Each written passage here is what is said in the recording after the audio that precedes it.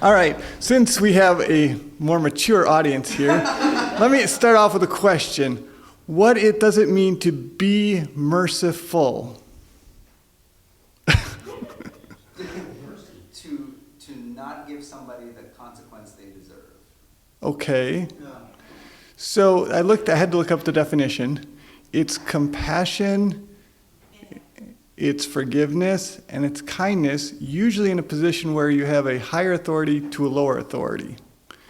So here's my story to illustrate this. So when we hear the sermon today, it'll hopefully give you a picture of what it means to be merciful. Mike's long walk. Mike was in one of his difficult moods. He didn't like this and he didn't like that.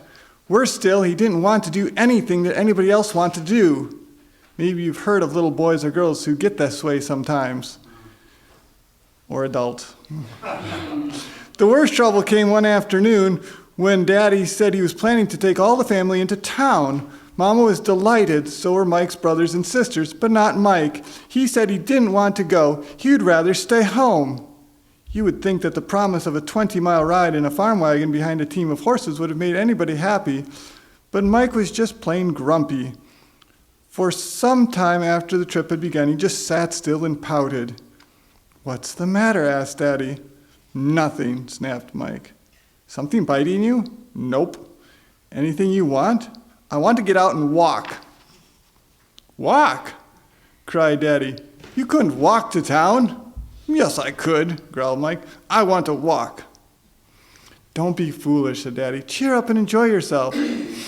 "Don't want to enjoy myself," said Mike. "I want to get out and walk." Mile after mile, the wagon rolled on, but Mike didn't change his tune. Over and over, he kept muttering, "I want to get out and walk." At last, Daddy decided he could take no more. Reining in the horses, he brought the wagon to a stop. "All right, Mike," he said. "If you want to walk so badly, you'd better do so." Mike got to his feet at once, climbed out of the wagon, and jumped down to the road. Daddy started the horses again, and the wagon moved slowly on, with Mike following behind, looking not a bit happier now that he had got his own way. At first he walked quickly to keep up with the wagon, but after a while his pace got slower and slower.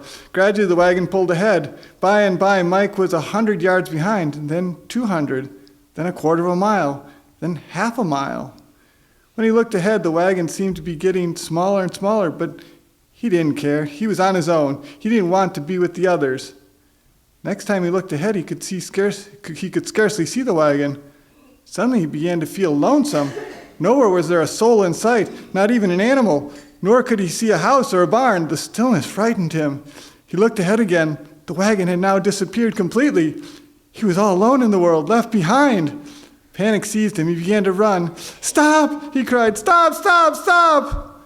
But though he ran as fast as his legs could carry him, he couldn't catch sight of the wagon again. Then he got tired. He couldn't run anymore. He couldn't walk anymore, so he flung himself down on the ground, buried his face in his arms, and sobbed. How long he stayed like that, I don't know, but to Mike it seemed ages and ages. Then he heard footsteps. Looking up, whom do you suppose he saw? Daddy, of course. Never in his life had he been so glad to see Daddy's face. Daddy had come back for him. Dear Daddy. "Come on, son," said Daddy, picking him up in his arms. "You must be tired by now. How about a ride?" Mike didn't need a second invitation. Eagerly he climbed back in the wagon. There was a smile on his face now, and all his grumpiness was gone. So, when you decide to go your own way and get out and walk by yourself for a while, until you find out that, well, God's way is a lot easier. Fortunately, we have a Heavenly Father who's willing to come back and bring us back to the family. You may go back to your seats.